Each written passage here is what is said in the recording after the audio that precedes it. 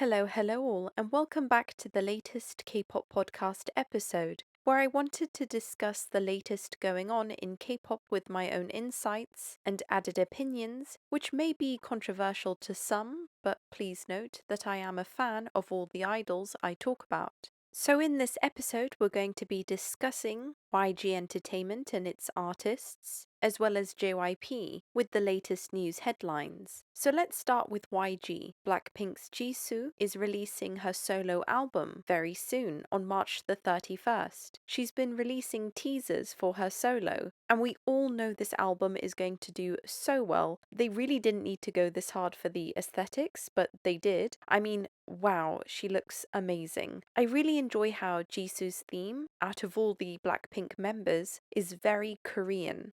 Of course, we know Jennie and Rose are Korean, but they also lived in other countries, whereas Jisoo was born and raised in Korea. So I think she has the highest appeal in Korea because of it. And in the Pink Venom music video, Jisoo very much had that traditional Korean theme, which YG are clearly picking up and running with for her own album. It's really pretty to see. It feels almost historical looking at these pictures and teasers. I'm looking forward to the music video, as I'm sure it'll look amazing. And continuing on with YG, they have uploaded the final evaluations for Baby Monster on their YouTube channel. I've checked out a few clips and I am very relieved to see that they are talented girls with different nationalities and histories in where they've been born and raised, which is very interesting. I like how diverse they are. But of course, this is YG. I mean, if there is anything these days that YG can attract, it's going to be female trainees, thanks to Blackpink's success.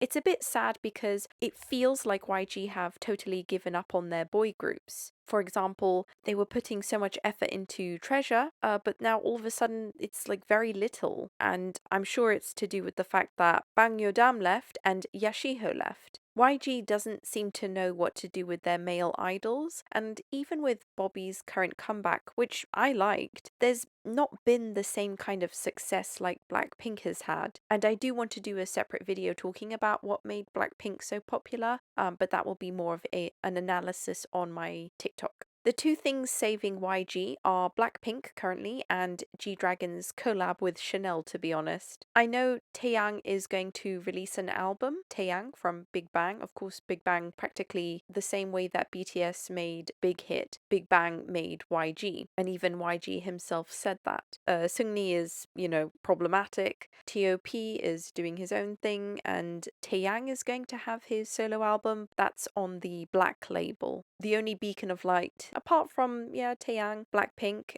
is G-Dragon's solo album that will be coming out this year. He's promised us, and he better hold that promise. I do think, though, that YG believe that they have basically cracked the code when it comes to producing a successful girl group. And they do have the credentials to show for it because of Blackpink. So they are really going to give it their all when it comes to promoting and debuting Baby Monster. That is going to be their new baby. There's basically too much at stake for them to fail. So I think that their songs will be really good. And let's not forget that HYBE owns a share in YG Plus, so they benefit if YG succeeds. So they won't let them flop either. There's no competition for HYBE except from JYP, which let's move on to JYP. I didn't like NMIXX's comeback. It wasn't my thing, which is disappointing because I'm waiting to stan them. But JYP keep doing this thing, and it's very evident with both NMIXX and ITZY, I think, and even their Japanese girl group. I forget the name, but they do have a Japanese girl group. JYP are doing this thing where their songs have like really random mashups, and it's not cohesive sounding. It's really jarring. And let me just state, it has nothing to do with the girls. They're doing everything they can to make these songs to the best of their abilities. It's got everything to do with the producers. I think the producers aren't making appealing music for these girls to sing, so it's frustrating to me. But I know that some people really like this NMIXX song, Love Me Like This, I think is like the big one that they've come out with, and I know that's like really catchy and it's probably like really on fire in TikTok. So I'm happy that they found an audience. I just hope that the next time they release something that I will like, because I want to be a fan. I don't want Twice to be the only girl group I like from JYP. And speaking of Twice, I'm also angry at the producers because Set Me Free would have been a really good song that I enjoyed if it wasn't for that really heavy auto-tune that they added just to this song. And the reason why you can tell the difference is because if you listen to Moonlight Sunrise and then you listen to Set Me Free, you can tell they've done some weird editing mixing on the vocals, and I do not like how heavy that auto-tune is. I know this effect because I heard the exact same auto-tune in BTS's Permission to Dance, and I made a TikTok about that where I said it was really unnecessary to add that much auto-tune because we know these people's voices and they don't need that kind of editing, because it sounds like I'm listening to them in a tunnel. There's like a weird echo, and I can't believe they did that to Twice, because Twice can sing.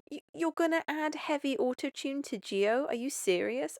Anyways, before I get too heated, I just think that these companies panic in a bid to appeal to the West or something. So they slap on this auto-tune heavily, thinking that's how you make an American appealing song, which is just not the case. But yes, sorry, back to JYP. Stray Kids are going to be on the Jimmy Kimmel show on the 24th of March, which is amazing. It's a big deal because this is also how BTS got their big break in America. Of course, I know they picked the right collaborations, like that collaboration with Steve Aoki for Mic Drop, which was so good. That was a huge help. And then, of course, they did more collaborations from then on. But before all that, lest we forget, BTS were doing a lot of talk shows both in America and in the UK. I mean, that's how they built that relationship with James Corden. And of course, Jimmy Kimmel. Jimin was just on his show promoting his solo album. I want to say kudos to Rap Monster because BTS were able to get on those shows and be interviewed because he could speak English. So my goodness, kudos to him. I know he said that it really stressed him out, but honestly,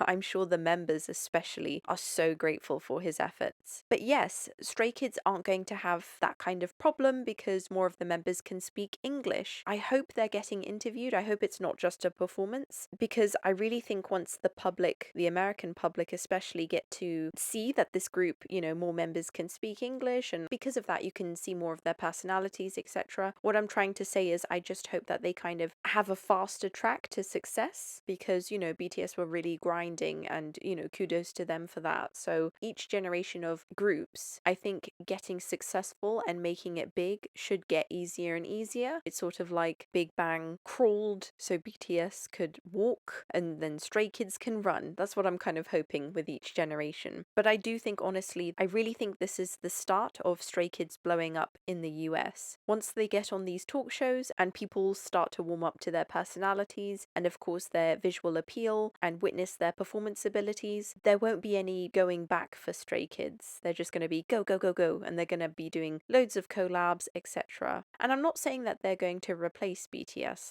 let me say that very clearly, because Stray Kids are very different. What I'm trying to say is I hope this builds more space and room for other idol groups to come in and join the market and also become big. I don't want it to be like there can only be one. There can only be one big K-pop group and that's it. I don't think that's right. There's so many different genres, and I think there's so much that K-pop has to offer. So I think, of course, BTS are there and they will never go away, and they've earned the right to be there. What I just mean is I want Stray Kids to come in so that they can open the door that much wider, and so then NCT or 80s can come in. I just want them to basically dominate the world. So I know that this is a really good step forward for all of us who are K-pop fans. But don't be surprised if we see Stray Kids later on the James Corden show or Jimmy Fallon, for instance, especially when they have their comeback, because I think the reason why Stray Kids are doing this is because they're going to announce their new album, because I heard a rumor that they had already recorded the music video for their comeback. So I think this is to help promote their comeback. I think that does mean especially that they will definitely be releasing an English song. So I think that's what they will be also explaining on the show. And then of course, as we know, they're going to be in the new Deadpool movie. They're going to contribute a song and they might be in the film. I don't know how they could do that, but that'll be really cool if they are. So yes, stay tuned for them stating that they're releasing an album or something like that soon. Maniac is still my ultimate favorite album from them, but I'm prepared to have have my expectations raised. So good luck to them. And I do hope that 80s get to go on one of these talk shows because, my goodness, I saw a video yesterday of San chatting away with an American fan. And so, like, he deserves to be interviewed by Jimmy Kimmel and just, like, chat away with him. And I think you get that connection, especially as international fans when you have these idols speaking in English. I'm not saying it's necessary, but it's just a bonus. So those are just my thoughts and opinions on current K-pop affairs, but let me know what you think, and I'll see you in the next episode. Bye!